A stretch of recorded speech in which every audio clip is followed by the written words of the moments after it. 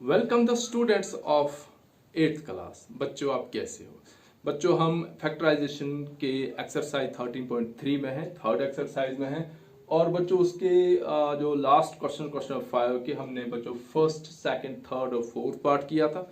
अभी बच्चों हम आज फिफ्थ, सिक्स्थ और सेवंथ पार्ट करके इस एक्सरसाइज को कंप्लीट करेंगे। तो बच्चों क्वेश्चन नंबर 5 का फिफ्थ पार्ट है। बच्चों question number 5, factorise the expression and divide them as directed. बच्चों इस एक क्वेश्चन में हमने दो काम करने हैं। एक तो फैक्टराइज करना है और फैक्टराइजेशन के बाद बच्चों हमने क्या करना है, उसको डिवाइड करना है। तो बच्चों मैं पहले फिफ्थ पार्ट लेता हूं। फिफ्थ पार्ट का सॉल्यूशन मैं यहां लिख रहा हूं। यह है बच्चों 5pq into P square minus Q square divide by 2 into 2p into p plus Q. तो बच्चों सॉल्यूशन में हमारे पास फर्स्ट स्टेप आएगा कि 5pq into P square minus Q square, ये न्यूमिनेटर में रहेगा। और बच्चों डिनोमिनेटर में रहेगा 2p into p plus Q. बच्चों अगर हम इस क्वेश्चन को गौर से देखें तो हम देख रहे हैं कि न्यूमिनेटर हमारे पास दो फैक्टर हैं। एक फैक्टर बच्चों ब्रैकेट के अंदर है P square minus Q square. बच्चों ये पूरा ब्रैकेट वाला जो पार्ट है ये एक फैक्टर माना जाएगा। और फैक्टर के बाहर बच्चों 5pq। इसी तरह से बच्चों डिनोमिनेटर हम देखते हैं कि ये ब्रैकेट के बाहर है 2p, ये एक फैक्टर माना जाएगा। और बच्चों p प्लस क्यू जो है ब्रैकेट वाला दूसरा बाइनोमियल फैक्टर। अगर बच्चों हम इसको देखें तो ऊपर जो हमारे पास एक एक फैक्टर, यहां से p और यहां से p बच्चों सैम है, सैम फैक्टर है, कैंसिल होगा। और बच्चों कैंसिलेशन यहां नहीं हो रही है। तो अगर हम बच्चों यहां आगे चलें, यहां 5 रहा, यहां से q रहा, और बच्चों यहां कर्ली ब्रैकेट लेकर अगर हम बच्चों इसको अंदर देख रहे हैं कि P square minus Q square, तो हमारे पास जो स्टैंडर्ड आइडेंटिटीज बच्चों वो है प्लस ए, पहली है a प्लस बी का होल स्क्वायर, जिसका प्रोडक्ट आता है A square plus B square plus 2ab। और बच्चों दूसरी जो स्टैंडर्ड आइडेंटिटी वो a माइनस बी का होल स्क्वायर है, वो है बच्चों A square plus B square minus twice of ab। और तीसरी है बच्चों a plus B into A minus B equal to A square minus B square. बच्चों अगर हम इस ब्रैकेट वाले फैक्टर को देखें तो ये बच्चों थर्ड आइडेंटिटी के साथ मैच हो रहा है कि हमारे पास ब्रैकेट के अंदर ए स्क्वायर माइनस बी स्क्वायर की जगह P square minus Q square दिया है। इसका मतलब ये प्रोडक्ट दिया है तो ये फैक्टर निकलेंगे। तो बच्चों यहां हम लिखेंगे P square minus Q square को, इसका जो फैक्टर आएगा बच्चों वो आएगा पी प्लस क्यू एक factor into P minus Q बच्चों इसका दूसरा फैक्टर, और curly bracket close divide by 2 into P plus Q बच्चों, क्योंकि ये p जो है वो न्यूमिनेटर के साथ कैंसिल हो रहा है। अब बच्चों न्यूमिनेटर में हमारे पास एक फैक्टर आया बच्चों 5q, एक फैक्टर आया बच्चों हमारे पास p प्लस क्यू, एक फैक्टर हमारे पास आया बच्चों p माइनस क्यू, और डिनोमिनेटर हमारे पास आया बच्चों 2 इंटू p, एक फैक्टर 2 और दूसरा हम इसको ब्रैकेट में चाहें 2 को रख सकते हैं, नहीं चाहेंगे तो कोई फर्क नहीं पड़ता। p प्लस क्यू बच्चों यहाँ दूसरा फैक्टर। अब हम देख रहे हैं बच्चों कि न्यूमिनेटर में भी p प्लस क्यू और डिनोमिनेटर में भी p plus Q Sam factor से ये कैंसिल होंगे। और अब बच्चों इसका जो प्रोडक्ट आएगा वो होगा 5q, यहां लिखता हूं बच्चों इसका क्वोशंट आएगा बच्चों 5q into p minus Q numerator में, और डिनोमिनेटर में बच्चों इसका 2 आएगा। ये हमारे पास आंसर। अब बच्चों मैं ले रहा हूं इसका सिक्स्थ पार्ट। सिक्स्थ पार्ट है बच्चों 12xy into 9x square minus 16y square. ये बच्चों न्यूमिनेटर में रहेगा और डिवाइड के बाद जो एक्सप्रेशन है वो डिनोमिनेटर। तो हमारे पास बच्चों जो सोल्यूशन आएगा न्यूमिनेटर में पहले आएगा 12xy into 9x square minus 16y square bracket close divide by 4xy into 3x plus 4y। ये बच्चों हमारा डिनोमिनेटर हो गया। फिर से बच्चों अगर हम शॉर्टकट से जाएं तो सबसे पहले जो ब्रैकेट के बाहर जो फैक्टर है बच्चों, हम देख रहे हैं कि यहाँ भी x कैंसल, यहाँ y कैंसल, 4 1 4, 4 3 are 12, ये कैंसल हो रहा है। अब बच्चों जो ब्रैकेट के अंदर हम 3 1 3, 3 3 9 और x को कैंसिल नहीं कर सकते हैं। और अगर बच्चों न्यूमरेटर को और हमें बताया गया है कि फैक्टराइज करो, तो 9x² माइनस 16y², तो बच्चों ये फिर से वही आया कि a² minus b² equal to a plus b into a minus b। जो ब्रैकेट के में बच्चों यहाँ आप देख रहे हैं कि यहाँ भी x², यहाँ भी y², बीच में माइनस, तो फिर बच्चों इसके साथ मैच हो रहा है, यानी ये थर्ड आइडेंटिटी के साथ। लेकिन एक फर्क है बच्चों कि यहाँ a पूरे a पर स्क्वायर है और यहाँ सिर्फ x पर स्क्वायर है, 9 पर स्क्वायर नहीं है। यहाँ y पर स्क्वायर है लेकिन 16 पर स्क्वायर नहीं है। तो हम बच्चों इसको लिख सकते हैं 3x का स्क्वायर, फिर पूरी पहली टर्म पर स्क्वायर आएगा। फिर अब यहाँ लिखेंगे हम 16 की जगह 4, तो 4y का होल स्क्वायर, तो पूरी टर्म पर स्क्वायर आएगा। फिर ये एग्जैक्ट बच्चों किसके साथ मैच होगा? थर्ड आइडेंटिटी यानी a² माइनस b² के साथ मैच होगा। तो बच्चों हम इसको कन्वर्ट करते हैं थोड़ा सा कि हम पहले दिस इज इक्वल टू, बच्चों न्यूमरेटर हमारे पास ब्रैकेट के बाहर 3 रहा, अंदर बच्चों कर्ली ब्रैकेट, ये ब्रैकेट में रख सकते हैं हम।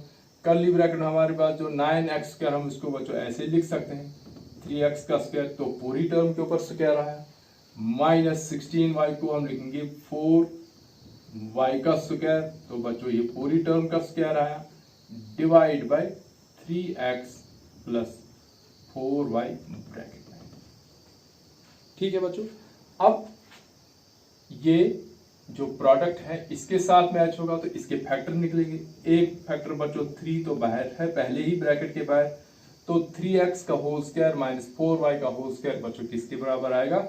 एक फैक्टर आएगा हमारे पास 3x प्लस 4y और दूसरा फैक्टर होगा बच्चों 3x माइनस 4y और डिनोमिनेटर आएगा बच्चों हमारे पास 3x प्लस 4y। और हम देख रहे हैं बच्चों कि 3x प्लस 4y और 3x plus 4y same factor है, कैंसल होगा।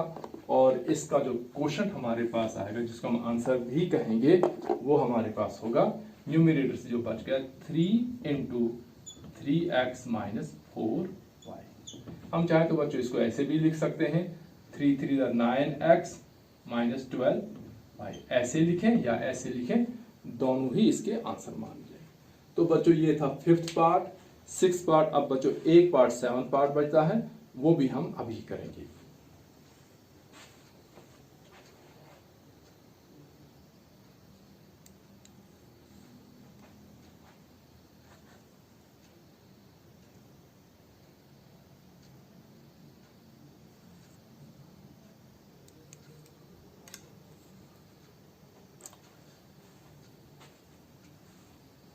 तो बच्चों 5th क्वेश्चन का लास्ट पार्ट है 39y³ y raised to power 3 into 50y² minus 98 divide by 26y² into 5y plus 7।